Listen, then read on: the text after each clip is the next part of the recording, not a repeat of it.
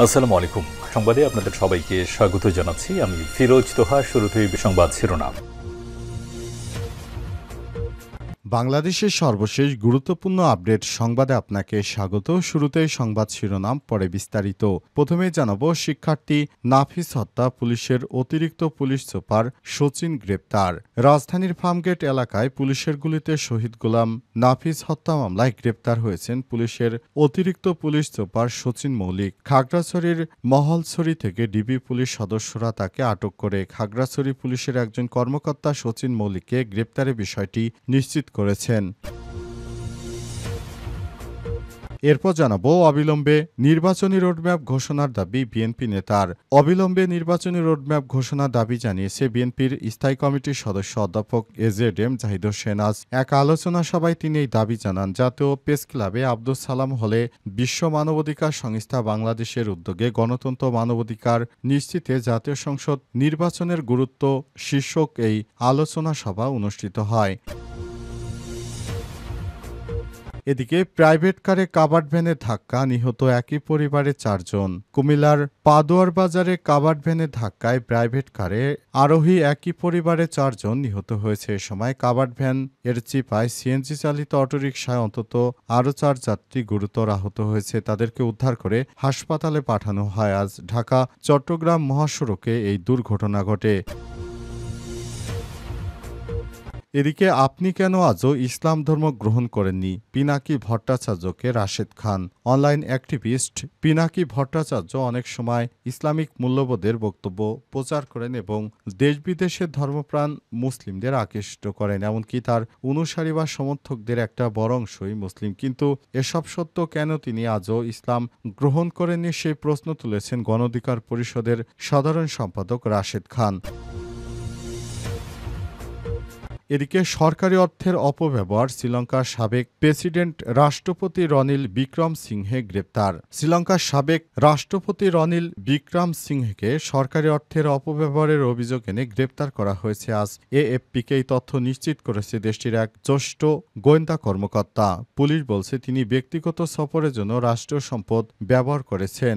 বিক্ষোভ, দুর্নীতি ও অব্যবস্থাপনায় গোতাবায় রাজাপাকসে পদত্যাগের পর ২০২২ সালে জুলাই বিক্রম সিংহে প্রেসিডেন্ট হিসেবে দায়িত্ব নেন। তিনি দেশের ইতিহাসে সবথেকে বড় অর্থনৈতিক সংকট কাটিয়ে উঠতে গুরুত্বপূর্ণ ভূমিকা পালন করেন বলে মনে করা হয়। কিন্তু এখন সেই ব্যক্তিকেই গ্রেপ্তার করা হলো।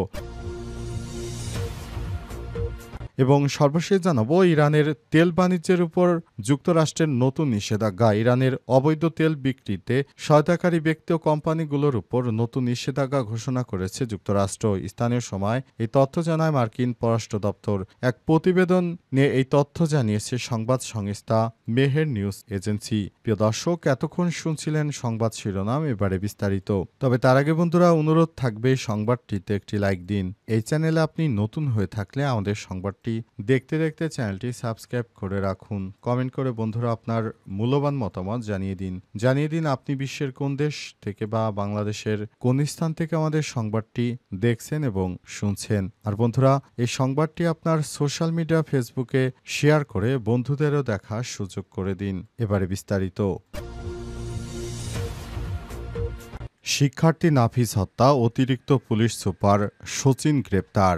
রাজধানীর ফার্মগেট এলাকায় পুলিশের গুলিতে শহীদ গোলাম নাফিস হত্যা মামলায় গ্রেপ্তার হয়েছেন অতিরিক্ত পুলিশ সুপার সচিন মৌলিক। আজ খাগড়াছড়ির মহলছড়ি থেকে ডিবি পুলিশ সদস্যরা তাকে আটক করে খাগড়াছড়ি পুলিশের একজন কর্মকর্তা সচিন মৌলিককে গ্রেপ্তারের বিষয়টি স্বীকার করেছেন। জুলাই অভ্যুত্থানের পর পুলিশ কর্মকর্তা সচিন মৌলিককে মহলছড়ি ৬ এপিপিএনে সংযুক্ত করা হয়। ঘটনার সময় তিনি পুলিশের তেজগাঁও জোনে এডিসি ছিলেন। তার বিরুদ্ধে আন্তর্জাতিক অপরাধ ট্রাইব্যুনালে চলমান সংশ্লিষ্ট হত্যার ঘটনায় গ্রেপ্তারি পরোয়ানা জারি করা হয়। জানা গেছে ২০২৪ সালে ৪ আগস্ট বিকেলে রাজধানী ফার্মগেট এলাকায় গোলাম নাফিস পুলিশের গুলিতে শহীদ হন। হাসপাতালে নেওয়ার সময় সে একটি রিকশায় শুয়েছিলেন। রিকশায় শুয়ে থাকা অবস্থায় তোলা তার ছবিটি তাকে ছাত্র জনতার অভ্যুত্থানের অন্যতম আলোচিত ব্যক্তিতে পরিণত করেছে।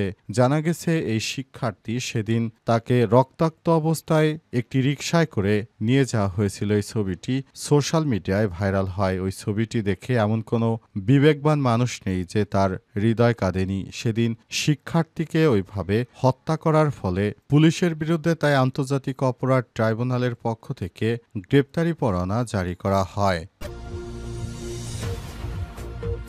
অবিলম্বে নির্বাচনী রোডম্যাপ ঘোষণা দাবি বিএনপি নেতার। অবিলম্বে নির্বাচনী রোডম্যাপ ঘোষণা দাবি জানিয়েছে বিএনপির স্থায়ী কমিটির সদস্য অধ্যাপক ডক্টর এজেএম জাহিদ হোসেন। তিনি বলেছেন, সঠিক সময় নির্বাচনের রোডম্যাপ ঘোষণার দাবি জানান তিনি। জাতীয় প্রেস ক্লাবে আব্দুস সালাম হলে বিশ্ব মানবাধিকার সংস্থা বাংলাদেশের উদ্যোগে গণতন্ত্র মানবাধিকার নিশ্চিতে জাতীয় সংসদ নির্বাচনের গুরুত্ব শীর্ষকে আলোচনা সভা অনুষ্ঠিত হয়। এতে অধ্যাপক জাহিদ বলেন, আমরা স্পষ্ট ভাষায় বলতে চাই আর বিলম্ব নয়। ডক্টর ইউনূস স্যারের নেতৃত্বে অন্তর্বর্তীকালীন সরকার ফেব্রুয়ারির মধ্যভাগের মধ্যে নির্বাচনের জন্য নির্বাচন কমিশনকে যে রিকোয়েস্ট করেছে, আমরা চাই অবিলম্বে নির্বাচন কমিশন নির্বাচনের রোডম্যাপ ঘোষণা করুক। নির্বাচন নিয়ে কয়েকটি রাজনৈতিক দলের নানা ধরনের বক্তব্যের সমালোচনা করে ডক্টর জাহিদ হোসেন বলেন, আপনারা বলেন পিআর না হলে নির্বাচনে যাব না। আপনি যে এই কথাটি বলেন, এই কথাটি ইমপ্লিকেশন চিন্তা করেছেন। আজকে যদি নির্বাচন বিলম্বিত হয়, নির্বাচন যদি যথাসময় না হয়, তাহলে লাভ কাদের? লাভ হচ্ছে পতিত স্বৈরাচারে রেখে যে সমস্ত সুযোগ সুবিধা ভোগ করছে। আজকে প্রশাসন বলেন, বিচারালয় বলেন, ব্যবসা কেন্দ্র বলেন, সর্বক্ষেত্রে ছড়িয়ে আছে তাদের দৌরত্ব। তাদেরকে সেসব জায়গা থেকে বের করার জন্য অবশ্যই একটি নির্বাচন করে গণতান্ত্রিক সরকারের বিকল্প নেই। সুতরাং এসব আওয়ামী লীগ ফ্যাসিস্টদের অবশ্যই সেসব জায়গা থেকে বের করার জন্য অন্তর্বর্তীকালীন সরকারের দ্রুত সময়ের মধ্যে নির্বাচনের একটি রোডম্যাপ ঘোষণা করতে হবে। এজন্য সব ক্ষেত্রে তিনি অন্তর্বর্তীকালীন সরকারকে দ্রুত সময় নির্বাচনের জন্য আহ্বান জানান। প্রাইভেট কারে কাভার্ড ভ্যানের ধাক্কা নিহত একই পরিবারের 4 জন। কুমিল্লার পাদোয়ার বাজারে কাভার্ড ভ্যানের ধাক্কায় প্রাইভেট কারে আরোহী একই পরিবারের 4 জন নিহত হয়েছে। এ সময় কাভার্ড ভ্যানের চাপায় সিএনজি চালিত অটোরিকশায় অন্তত আরও 4 যাত্রী আহত হয়। আহতদের উদ্ধার করে হাসপাতালে পাঠানো হয়েছে। আজ ঢাকা চট্টগ্রাম মহাসড়কের কুমিল্লা সদর দক্ষিণ উপজেলার হোটেল নূরজাহান এলাকায় ইউটার্নে এই ঘটনা ঘটে। ময়নামতি হাইওয়ে থানার এসআই শফিকুল ইসলাম প্রাইভেট কারে থাকা একই পরিবারের এক নারীসহ 4 জন নিহত হওয়ার বিষয়টি নিশ্চিত করেছেন। নিহতদের বাড়ি কুমিল্লার লাকসাম থানার মুদাফফরগঞ্জ এলাকায় বলে জানিয়েছে পুলিশ। তাৎক্ষণিকভাবে নিহতদের বিস্তারিত পরিচয় পাওয়া যায়নি। ফায়ার সার্ভিস কর্মীদের সহযোগিতায় দুপুর 2টায় 4 জনের লাশ উদ্ধার করেছে পুলিশ। পুলিশের সূত্র থেকে জানা গেছে, আগামীতে কোনো ধরনের যেন বিশৃঙ্খল ঘটনা সড়কে না হয়, এজন্য পুলিশ সর্বদা তৎপর রয়েছে। আর যে সমস্ত চালকেরা রয়েছেন তাদের উচিত অবশ্যই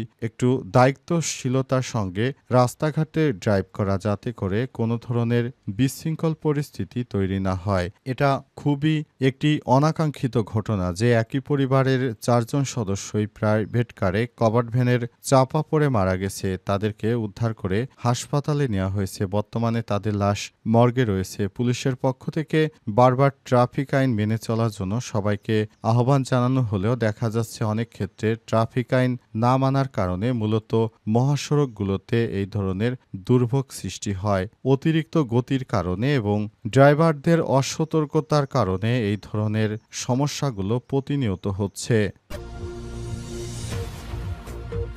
সরকারি অর্থ অপব্যবহার শ্রীলঙ্কার সাবেক রাষ্ট্রপতি প্রেসিডেন্ট রনিল বিক্রমসিংহে গ্রেপ্তার। শ্রীলঙ্কার সাবেক প্রেসিডেন্ট রনিল বিক্রমসিংহেকে সরকারি অর্থের অপব্যবহারের অভিযোগে গ্রেপ্তার করা হয়েছে। আজ এএফপিকে এই তথ্য নিশ্চিত করেছে দেশটির এক জ্যেষ্ঠ গোয়েন্দা কর্মকর্তা। পুলিশ জানিয়েছে, 2023 সালের সেপ্টেম্বরে ব্রিটেনে এক বিশ্ববিদ্যালয়ে তার স্ত্রীর একটি অনুষ্ঠানে যোগ দিতে লন্ডনে যান বিক্রমসিংহে। তিনি এখনও রাষ্ট্রপতির দায়িত্বে ছিলেন। তিনি তখনও রাষ্ট্রপতির দায়িত্বে ছিলেন। ওই সফরের জন্য তিনি সরকারি অর্থ নিরাপত্তা সুবিধা ব্যবহার করেছেন বলে অভিযোগ ওঠে। তদন্ত শেষে তাকে গ্রেপ্তার করে কলম্বো ফোর্ট ম্যাজিস্ট্রেট আদালতে হাজির করা হয়েছে। পুলিশ বলছে, তিনি ব্যক্তিগত সফরের জন্য রাষ্ট্রীয় সম্পদ ব্যবহার করেছেন। বিক্রমসিংহে আগে দাবি করেছিলেন তার স্ত্রীর যাত্রা প্রায় সম্পূর্ণ নিজ খরচে হয়েছিল এবং সরকারি অর্থ এতে ব্যবহৃত হয়নি। তবে ক্রিমিনাল ইনভেস্টিগেশন ডিপার্টমেন্ট সিআইডি এর